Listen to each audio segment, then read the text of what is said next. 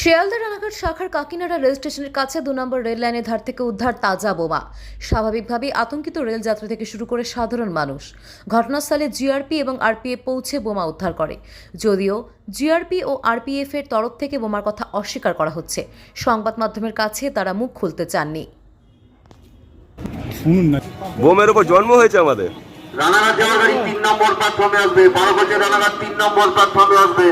রানাঘাট যাওয়ার গাড়ি 3 নম্বর প্ল্যাটফর্মে আসবে। 12 গজ রানাঘাট 3 নম্বর প্ল্যাটফর্মে আসবে।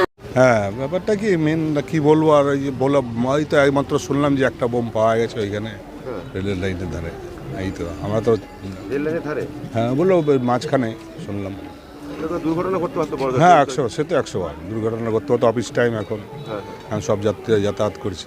এই তো ব্যাপার। তারপরে পুলিশ এসেছিলেন, সব এসে দেখলেন। হ্যাঁ বোমটা নিয়ে গেছে তা বলতে পারছি না এখনো পর্যন্ত। এই ব্যাপার। আপনার নাম কি? তাপস কর্মকার।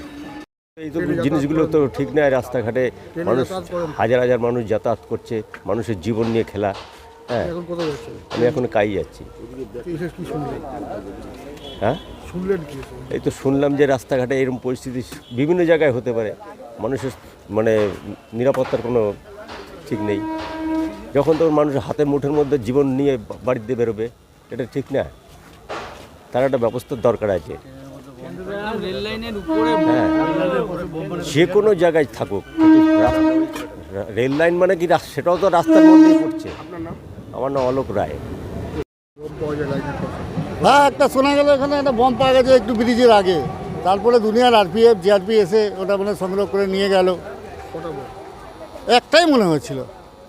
হ্যাঁ, আমি দেখতে যাইনি, কিন্তু দুনিয়ার আরপিএফ পুলিশ এসে ওটাকে ট্যাকেল করলো। দেখলাম একটু তো এসব পেলে আতঙ্ক তো লাগে মানুষের, একটু কেমন যেন লাগে না বম ফম পাওয়া গেলে। তারপরে জিআরপি আরপিএফ এর প্রচুর ডিউটি ভালো, তাও এরপরে এসব হচ্ছে কি করে জানি। সিসিটিভি ক্যামেরা সামনে লাগানো আছে, দুনিয়ার আছে ক্যামেরা ট্যামেরা, সব বোঝা যাবে কি করে কীভাবে কী হয়েছে। হ্যাঁ 100 বার 100 এসব তো। হ্যাঁ হ্যাঁ হ্যাঁ, ওই তো মানে ট্রেন উপর দিয়ে যাচ্ছে, তাই দেখলাম আমি। বম তুললাম মাঝখানে আছে, ট্রেন উপর দিয়ে যাচ্ছে। হ্যাঁ, রেল লাইনের মধ্যে ছিল। আর তারপরে অনেকে 4 নম্বর দিয়ে দেখলাম অনেক ট্রেন ক্রস করে নিয়ে গেছিল। হ্যাঁ, ডাউন লাইনে 2 নম্বরে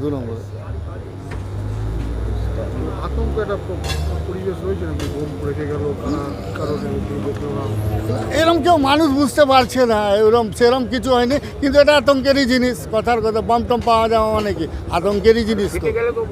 হ্যাঁ, ফেটে গেলে তো অবশ্যই বড় দুর্ঘটনাই ছিল, কথার কথা। আমার নাম পাপ্পু সাউ। কারো অ্যাক্সিডেন্ট হয়ে যেতে পারে, যে কোনো কিছু হয়ে যেতে পারে। হাজার হাজার যাত্রী যাচ্ছে এখান দিয়ে।